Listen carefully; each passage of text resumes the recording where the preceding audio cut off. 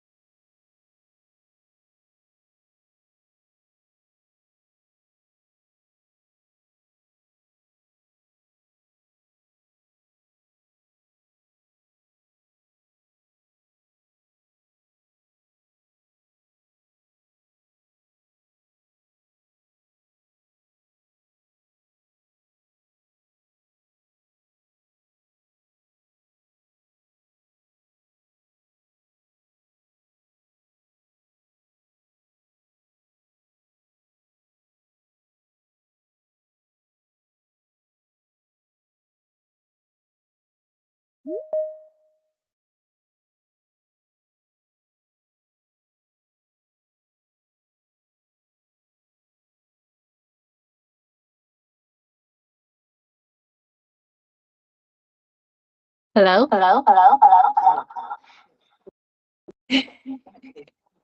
Okay, Okay, you need you need to to kick kick the the other other Rosie Rosie out. out.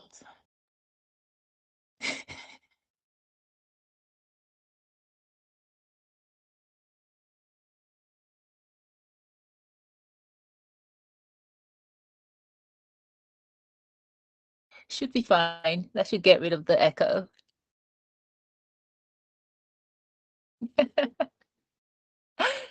Oh, Microsoft Teams technology. It's supposed to make your life easier, but sometimes it's just unnecessarily complicated.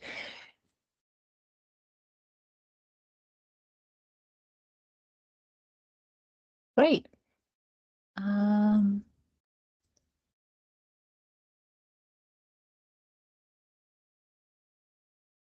Hello?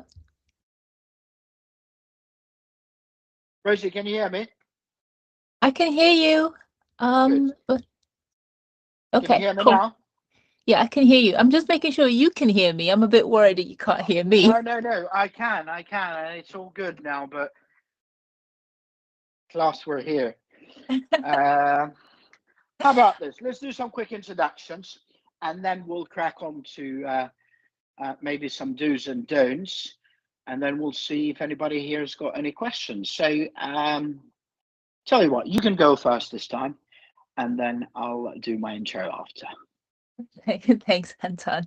Hi, everyone. Apologies for the technical hiccups. My name is Rosie Hewitt. I am the founder and CEO of Rosie's People, a leadership HR and business operations consultancy. Based in the UK, but of course supporting teams and companies across the globe. My background is human resources, people management, and business operations for over 25 years. And for the last 15 years, I've been in the startup scale-up world, primarily in the fintech space and investor-led businesses. I'm happy to be here and help answer some questions for you and help you with your journey.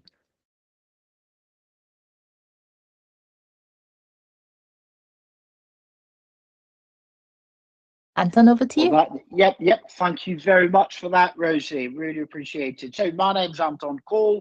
I'm an Albanian in London working with startups normally right after they get investment. I embed within their teams and help them hire and keep the right people. Although lately, I haven't been able to do much of that because I've been really busy with running Startup to Scale Up Club and also doing some growth advisory work with a few other startups and accelerators, as well as helping some angels and family offices with their due diligence and assessments. And talking about Startup to Scale Up Club, we are now a official fringe event organizer for London Tech Week, which, as many of you may know, is the UK's most influential conference or event in our sphere in the UK. And if you want to get some free tickets, please feel free to reach out. On the other hand, we will be doing throughout the London Tech Week, which is next week, we'll be doing our flagship events. Monday's talent, Tuesday's product and tech, Wednesday's growth, Thursday's fundraising. They'll be at normal times, 12 to 1 p.m. And then on Friday, we'll have two events. At 11, we'll have our UK Startup Law Q&A. And at 2 p.m. on Friday, we'll have our UK Startup Finances Q&A event. So please feel free to register for them either via our site, startuptoscaleup.club, or via londontechweek.com. Now, maybe some quick introductions we've gone through. So maybe now some do's and don'ts, Rosie. And I'm sorry, it's just you and me, so you're stuck with me today, it looks like. But if you can give us some ideas on what are some really important do's and what you've seen go wrong that should be don'ts when it comes to early stage hiring. Any thoughts? Thanks, Anton. And I don't mind being stuck with just you. So my do's, I would say the do's for me are just be honest with your potential candidates. Be honest with yourself as well, what you're looking for, the type of person you want to work with, the type of environment you're trying to build, what you're expecting, because sometimes people start this process and not really having thought about the actual requirements in terms of what you expect that the individual or individuals to give to you and your business. That may be more than what you would normally expect in an already established business, because of course you're trying to build something, so you may be having expectations that may be a bit higher than the norm. It's important to not mislead your candidates. Don't overpromise things. Don't give the impression you can deliver certain things if you know for a fact that you can't. Be honest with your interactions, and of course be self-critical in the sense that you check your own skills and look for what they have that you don't have that could potentially help you to actually be successful. For instance, if you're not great with numbers, but you need to be able to do a convincing pitch to investors, you may want to add people to your team that are really good at doing things like that. If you're not very technical, but you have a great idea and you need somebody to help bring that vision to life, you may want to then have technical team members to join. Look for things that would complement and help to actually scale and promote and progress your build. Don't be afraid to make mistakes. It's okay to make mistakes. That's how we learn. That's how we grow. You're not supposed to get it right first time round. If you do, then you would probably be a very, very, very rare person indeed. So, and of course, ask for help. Anton. Some very good points there. Thank you very much for that. Rosie, we'll go to a question that was sent in. It's not the most detailed question in the world, but I think it's something that we often see. And this is from somebody who is based in London. I've looked at his LinkedIn, and he used to be an investment banker, but not for a very long time. So he's now opened this company. It's a fintech for ethical investing in London. He's preparing for Series A, and he goes on to say, how do I retain top talent in a highly volatile market where employees are worried about job security? And then he's put in brackets, especially if we don't raise A within a year. What would you do in startups early stage that are there already, but they're worried, what happens tomorrow or what happens if we don't raise? Is there anything you would try and do to kind of keep those people happy and engaged? I think, and thank you to the person that's sent the question across. It's a very common situation that startups actually find themselves in. You're already competing in a very competitive job market anyways, and not just in startups, even in regular businesses. And obviously with AI, a lot of people are panicking in terms of like worrying about job security. So job security has become a very strong topic recently. So it's even more challenging for startups to be able to give that sort of reassurance to the team. What I have found that has worked is actually being transparent with your team about your runway. If people know that you still have enough to keep the lights on, pay their salaries, and they don't have to be worried about their families not having a roof over their head because you can't pay them. If they know that they have 6 months, 9 months, a year, 2 years, it's important to actually communicate to people so that they can plan. I like to think the approach that I would advise most startups and the people in those decision-making positions to consider: what if it was you in their shoes? If it was you in their shoes, if you start from there, what would you want to be told? When would you want to be told that information? And I appreciate you're trying to build a business, you're trying to grow your business. You may be afraid that actually, if I'm too honest, people might leave out of fear, etc. But actually, you're doing yourself a disservice by not being honest, because don't forget, you're also building a brand here. And if people start feeling like you're not a trustworthy employer, and that you're willing to be reckless with their security and their lives, trust me, they're going to make sure that other people know, and then hiring is going to become a problem. So forget retention, even attracting people will become a problem. So I think it's important to try and share information when you can. Sometimes your team will actually be the ones to point you in the right direction of where to actually get funding. Um, sometimes they know about things. So there's nothing wrong with sharing information and just making people feel involved in that early stage.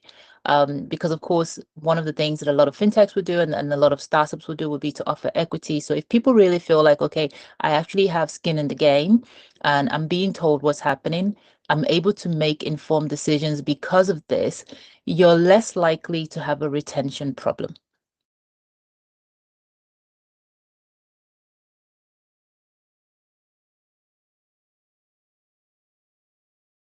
That's a very good point there. Definitely, when people feel they're more than just numbers, but they're working with you rather than for you, they'll be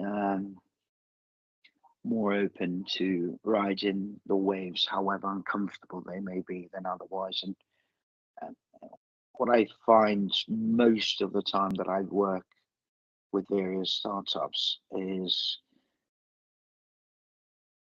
if people feel that they are part of something rather than just numbers, they'll be, if they feel appreciated, basically, in every way possible, they are way more likely to actually take a lot of SHIT from the work and the job and whatever they face in that journey.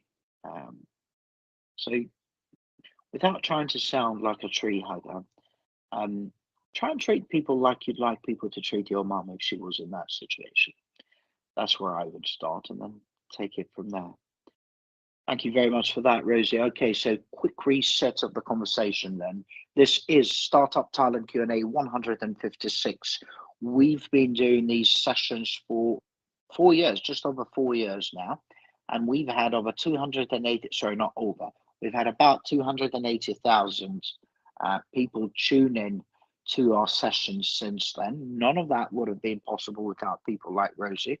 So please feel free to find her and follow her on LinkedIn. And by the way, Rosie, if you'd like to drop your URL, your LinkedIn basically URL here on in the chat, I think it would be good for people if they want to reach out or simply just follow and connect with you. And the way it works is quite simple. For those of you that are already here in our Microsoft Teams call, please don't be shy. There is no reason to be shy. There are no wrong questions either. We're here to help you with whatever questions you may have with or about your startup talent, whether you want to know how and where to find the right people, how to convince them, maybe how to interview them, how to test them, how to decide how much to pay them, how to do their background checks, or how to build your company culture, anything within that sphere, this is the place to be. We are, though, only going to be here for the next 31 minutes. So if you do have any questions, please type them in the chat now. I'll give you the mic. You can then ask our panel. Now, for those of you that are tuning in via the live streams, whether that's LinkedIn, YouTube, Facebook, or Instagram, please remember that unfortunately we are unable to monitor your questions there live. So you'd have to join us here on Microsoft Teams. The quickest way to do that is to go to our website, startuptoscaleup.club. You then find today's session, which is Startup Talent Q&A 156. You click join. It's a quick registration. That gets you a link to your email. And through that link, then you can join us here. It's audio only, by the way, which means you can join us from anywhere via any device or platform. And in terms of how this is going to go now, we're going to wait for you to come up with whatever questions you have, and then we will take it from there. If, however, your questions today are not on talent, then please save them for the other conversations we run. On Mondays, as you can see today, we've got talent, but then on Tuesdays, we've got product and tech. On Wednesdays, we've got growth.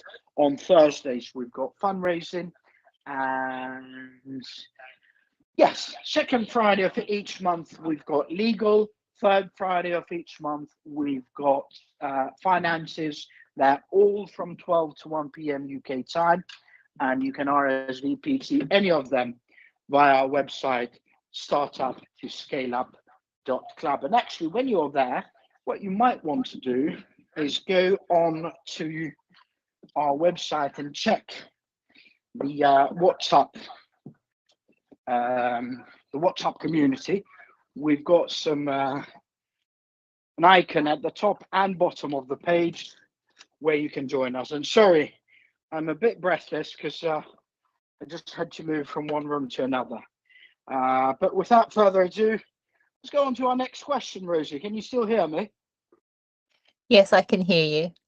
You can. Very good. Well, before I die or move on to another line. You should probably go drink some water or something. Exactly. I will read out the next question, and then we will give the mic after that.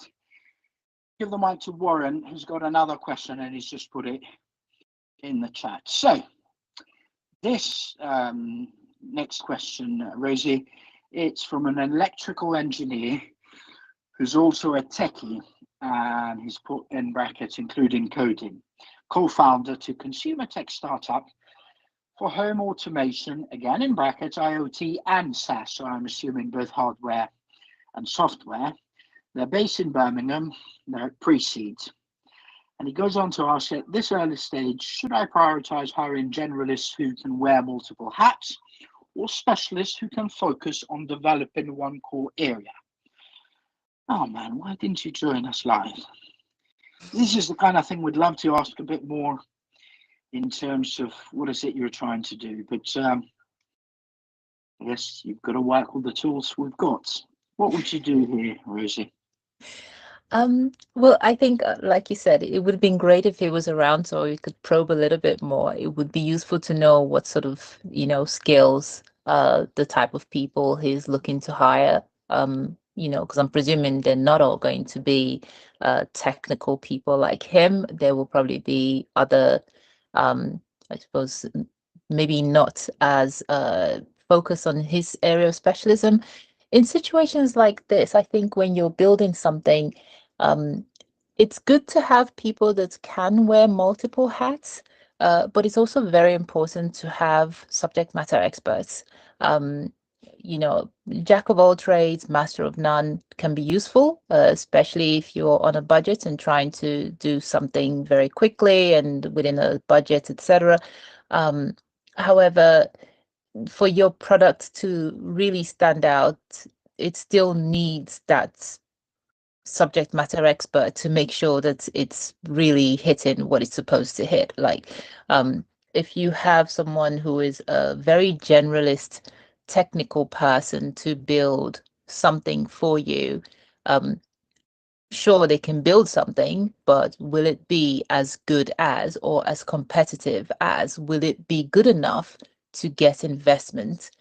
So this is why it's important to have a combination of both. In the early stages, it's good to have people that can wear multiple hats and do things, and work across different parts of the business and support different areas of, I suppose you call them sprints, where possible. But you still need to have subject matter experts, the people that will be able to spot the problem before it becomes a problem, before you spend more money on it, because of course, sometimes startups waste money on reiterations because you don't have that person that can immediately spot what the problem is and save you that time effort, money that goes into trying to fix something, that because there is no expert in the team, and you can't have yourself as the only expert in the team. It's important to have somebody else that, can sense check what you're trying to do and be able to sort of bounce back ideas. Innovation comes from having conversations and talking through things. It doesn't just happen with just the moments. You have an idea, but to bring it to real life and make it reality requires a combined effort, not just from one person, at least in this day and age anyways. But that's my 2 cents. I think you should have a bit of both, not just the one. Absolutely spot on. And if I may add just one little thing here, what is really important to do is you've got to try and find a kind of balance or some kind of a right combination in terms of finding somebody who's got the skills that you and whoever else is there. So you said co-founder, I'm assuming there's at least one other person in the business. So you've got to find somebody who who's got the skills that either you, that you or your co-founder or whoever else is there, basically, that person needs to have skills that you don't have to take the business to the next stage. It's as simple as that.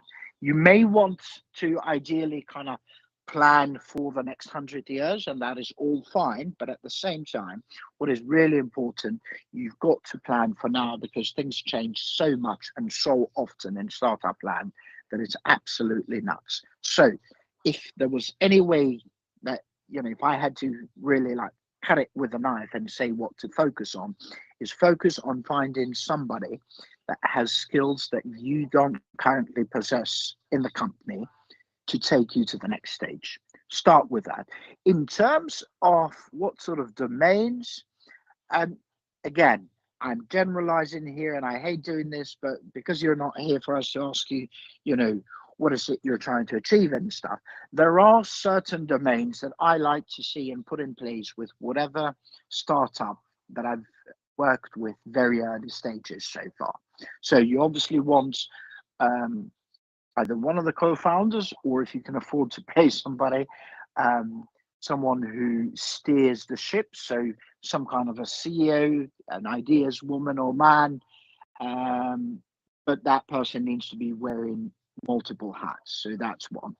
Two, especially in your field, but today most fields, you gotta have a techie person. Three, you gotta have an operations person. Sorry, three, you gotta have a salesperson. Four, you gotta have a operations person, and that operations person is pretty much a business manager who does a bit of this and a bit of that and a bit of everything. And five, you gotta have a people person. Now, these are domains. You may, because of the nature of your business, you may need to hire 17 engineers before you actually go on to hire a HR person, right? But the idea is, in terms of domains, in my experience, these are the 5 domains you need to cover as soon as possible if you want to have any success. And then you can take it from there. Right. 12:39. So we've got Warren. Are you able to talk? I've given you the mic. Can you hear us?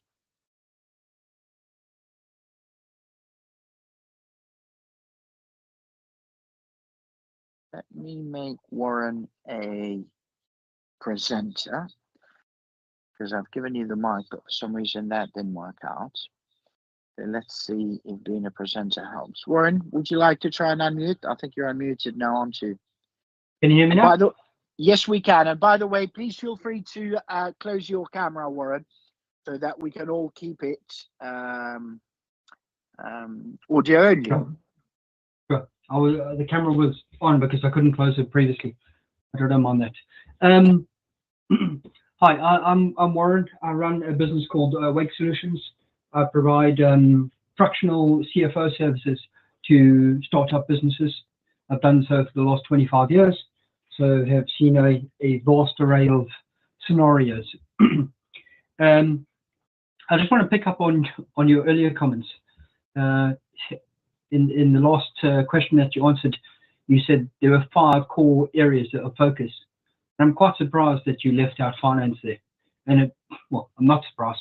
Most businesses tend to leave that. That's the operations person, which is why I mentioned that operations person initially will have to deal with all of that. But carry on, sorry. Sure, no problem. The question that I was asking was really a follow-up on question 1 that you were talking about. And it was talking about being open and transparent to your employees about cash flow and run rate. And the question was, how much runway should your business have pre-Series A? Okay, when you say, by the way, just to clarify, actually before that, thank you very much for joining us, Warren. I really appreciate your time, and very well done on the work that you're doing. We actually do a room, we only do it once a month because we don't get enough questions, although every event I go to or every founder I meet, one of the first things that pops out is that they haven't got a bleeding clue about their finances, and that includes yours truly, unfortunately. That includes yours truly, unfortunately. But we've done this and we're doing it once a month. Now, in terms of that second question that so the first question you started with, the reason why I mentioned an operations person is that most founders don't get a chance to be able to hire somebody either fractionally or full-time or part-time or whatever it may be. So that's why, in my experience, obviously, yes, absolutely, if you can get either a CFO advisor or a fractional, I absolutely advocate for that.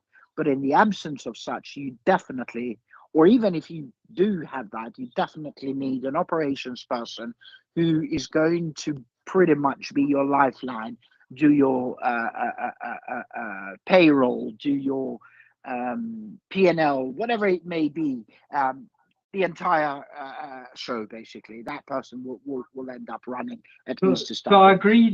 There's two points to finance, and I agree 100%. Hey, you need a back office bookkeeper to do all your basic bookkeeping, keeping your numbers straight, and all that. But your operational person that you speak about needs to have his focus on numbers. He needs to ensure that the deals he's putting together are relevant to the business, they're profit making, they're driving the business forward. You can't just have an operations person that isn't numbers focused. And a fractional CFO does a bit of both. You know, absolutely. If you look at my past, yes, I'm a qualified accountant, but I seldom deal with numbers anymore. I'm more in the business, talking strategy, looking at the operations, and driving strategic decisions based off data points. That's driven by numbers, really. I don't prepare numbers. That's a back office function. No, I hear you. And that's why I'm saying you need to, in that operations person, you need to find somebody who knows numbers. Otherwise, there's no point in getting that operations person. And yes, you should get a CFO or a fractional CFO or an advisor CFO as soon as you possibly can. In terms of the runway question, although this question would be much better for our fundraising Q&A on Thursday, where we'll have some investors on the panel, I can give you a quick sort of it was more in respect to, you said be open and transparent with employees, and I've worked with multiple startups at various funding levels. At what point do you tell an employee that listen, I've only got a runway of 2 months, or maybe I actually can't even pay payroll this month? At what point do you tell the employees that? I hear you. That's a very good question and a difficult one.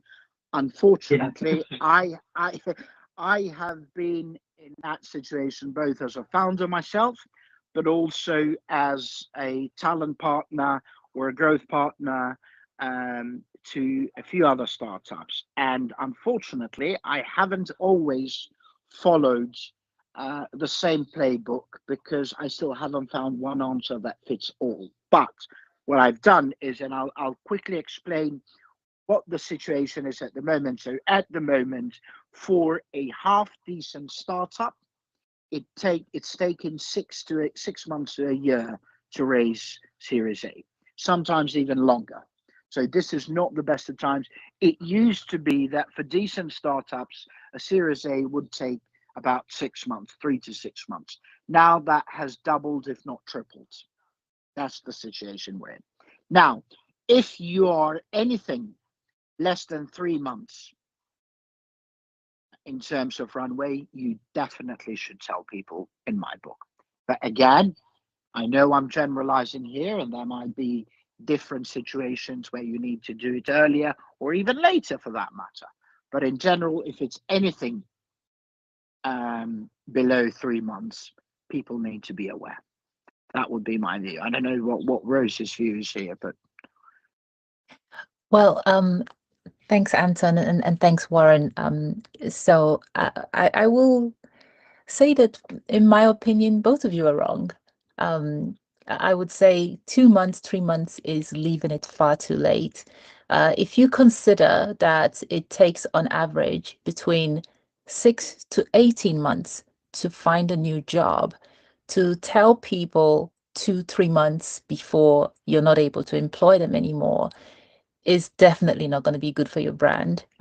Trust me, you're going to struggle to even get the next good person through the door in future, because people will talk, and they will take it personally, especially when you're a startup. When you're a startup and you're really trying to establish the trust with the team that you want to be there with you for the long journey, it's important to start having very transparent conversations about runway, and what you can, in fact, be able to pay, and what you're doing to try and, get more funds in, how many meetings you're having, so that people don't just get scared and bolt, obviously, because you still want to keep them around.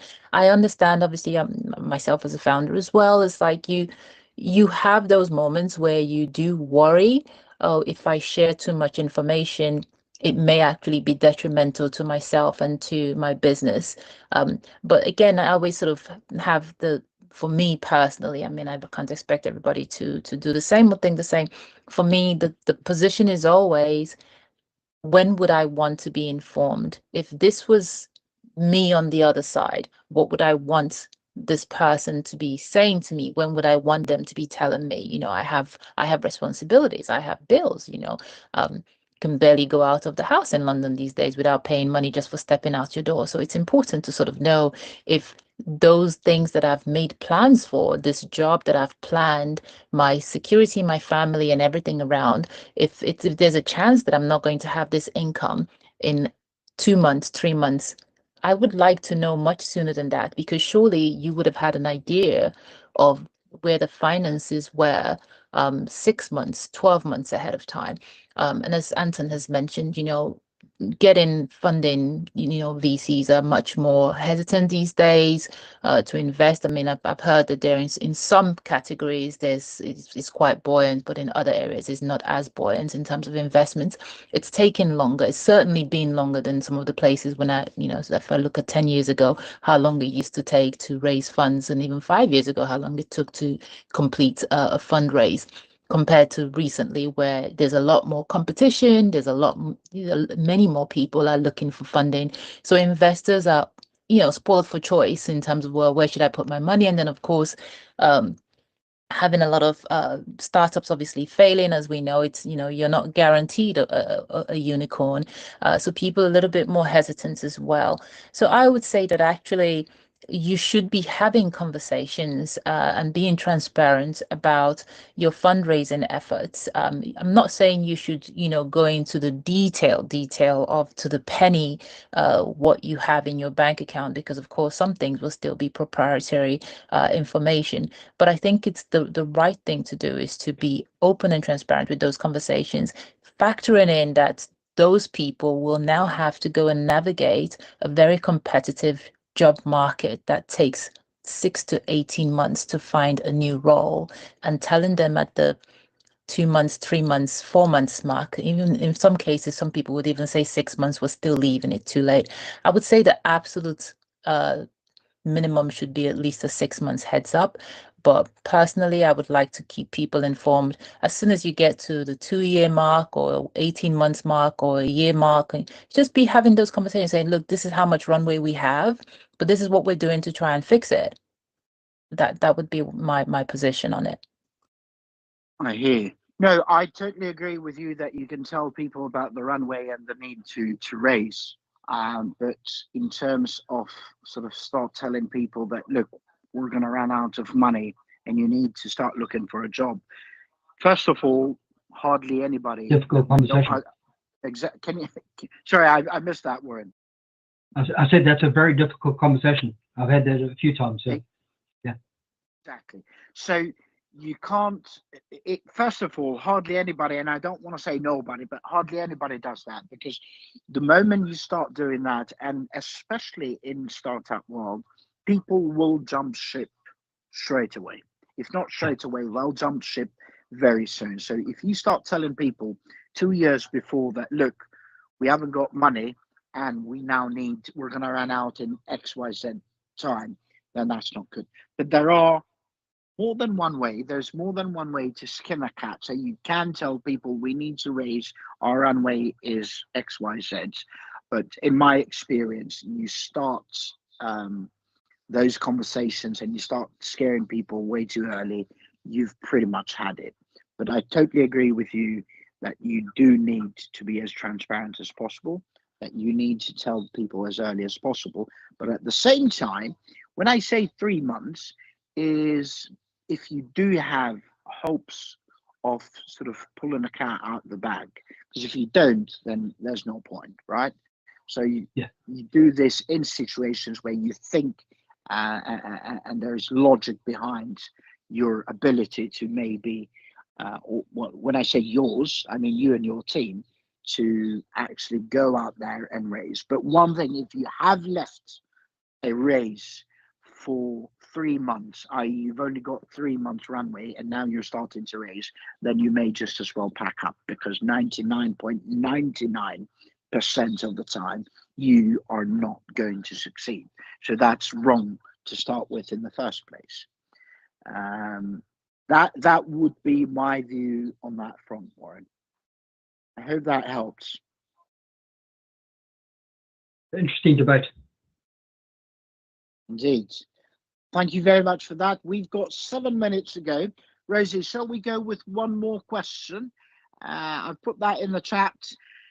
I'm the co-founder of a seed-funded sports tech startup in Manchester, developing training analytics tools for adaptive sports to improve inclusivity in athletics. We're building a diverse team. Building a diverse team is a key priority for us, but our limited funds prevent us from offering large-scale diversity training or formal D&I programs. What affordable day-to-day practices can we implement to support a culture of inclusivity and respect? Furthermore, how can we monitor our D&I efforts' effectiveness, ensuring that our culture genuinely reflects our commitment to inclusion as we grow? It's a very good question. And one thing before I pass this over to Rosie is that one of the things I've learned is often if you can't see it, you can't be it. So if you've got a full room of tech bros and you go out and kind of shout about how you want to employ more women, that's not really going to work in your favor. Or if you keep saying how you want to employ people that are, I don't know, neurodiverse, or people that are in any way disadvantaged, and then you don't even have the provisions in the workplace for that, that's not going to work out. So that's number one. And then the rest, I'm sure Rosie will come up with some pure gold. What would you do here, Rosie? Thanks, Anton. I mean, firstly, I commend the person that asked the question, that they're still, thinking about DEI and how to embed it and make sure that it's in their organization. However, their question, actually all it does is raises more questions for me. What are you currently doing? How are you currently tracking it? What does your team currently consist of? What areas do you think you need to prioritize? Why do you feel you need to have a huge budget for formal training or formal program? When people say large scale, I kind of think, well, I don't know what you think. I don't know what you think the D&I program looks like. Maybe you think it's a 1 month seminar or something. I genuinely have no idea. So I think I would love to speak to this person. I'd be more than happy to give them a free consultation session to actually address these issues for them if they're open to it. Is just go to rosiespeople.com and just fill out the book a meeting form, and we can have a quick chat and just really understand what you're trying to do, and then be able to properly advise you on that. As it stands at the moment, your questions just, I need more information to be able to support you. But in general, I think it's a good thing to be thinking about diversity and inclusion, and trying to make sure that it's embedded in your team and that there's equity. And as you've talked about, representation matters. So it's also good to sort of take a good hard look around. And what do you see? Do you see a diverse team? And if you don't, maybe start from there. Why is that? What is it about your recruitment that might need to be changed? Who's representing at leadership? Do you have a good mixture of people? What policies do you currently have in place? Do you have any policies? Are you too young? Are you one of those companies that feels like, well, we were too small, we don't need a formal policy, but hey, we're thinking about large scale training and formal programs? So yeah, so my offer is there if they want to take it up.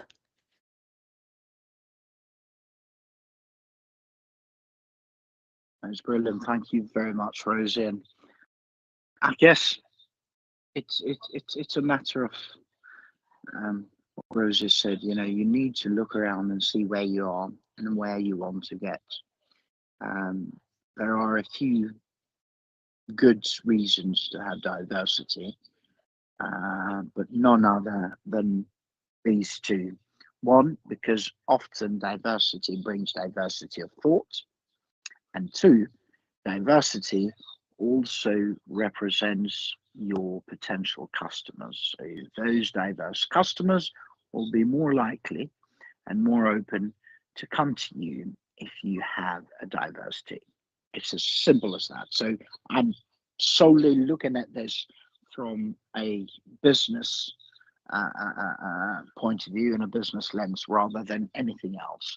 And obviously there are plenty of other good reasons too, but if it was just about money, these two are good enough reasons to have the right D&I in place. So try my advice is, don't try and just do things because you read it in some newspaper or magazine, or you've seen somebody post on LinkedIn or whatever it may be, but do it for the right reasons, and don't try to do some grandiose thing. Keep it simple. But what I've found is one of the best things somebody can do for diversity is to give people flexibility based on their needs and their backgrounds. And that is always a good start. And the second part, of course, it's well, not the second part, but that goes side by side, is the talent pool that you use to fish for the right candidates. If you try and focus on those two, do it step by step, do it small, I think you'll go far. But on the other hand, reach out to Rosie as well, and see if you can have a chat about it. We've got 1 minute to go. I think it's time to wrap it up. Rosie, have you got any parting words for us?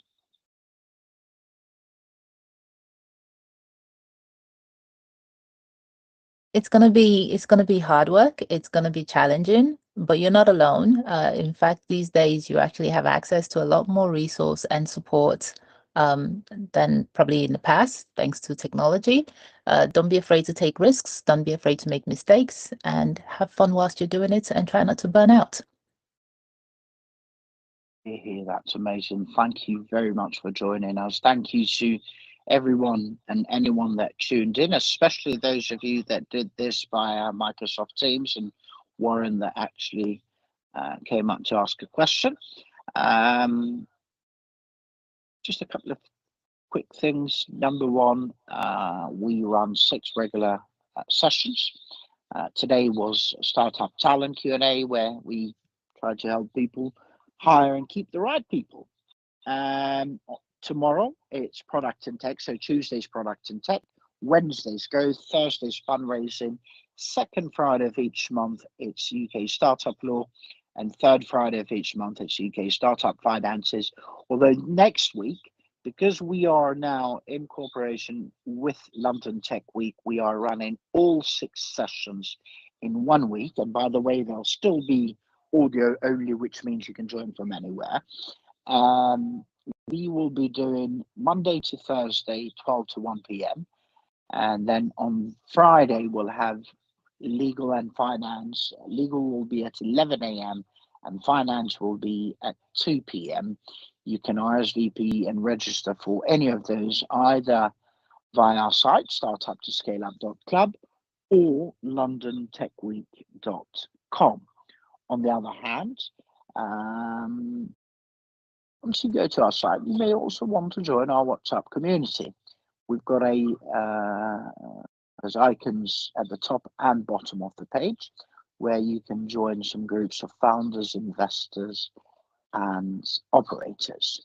As far as my parting words are concerned, just remember the startup journey can be both exciting but also quite challenging. So try to have some fun in the meantime and be kind to yourself and everyone else for that matter too. Otherwise, have a great afternoon.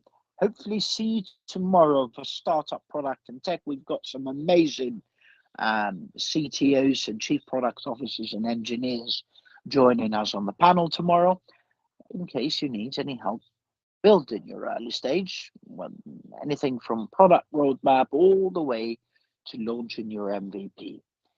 Thanks again, and God bless you all. Bye-bye for now.